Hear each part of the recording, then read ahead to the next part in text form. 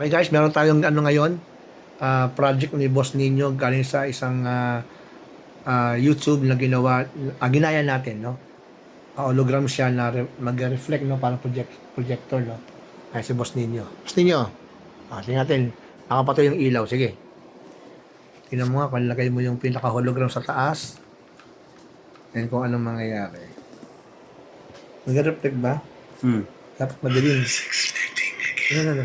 Madilim pala. Hindi natin kasi malumanag sa may labas eh. Dito. Sige, yan. Yan. Kaya natin, mag-reflect yung ano. Yan. Sige.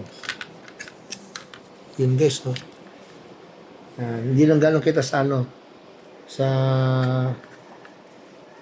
akin kasi mas baliwanag eh. Ang bilis naman nawala. Agad. Yan. Yun guys, oh. Yun, oh. Para sa mga gustong hands-free. Di ba? Tagumpay. Galing.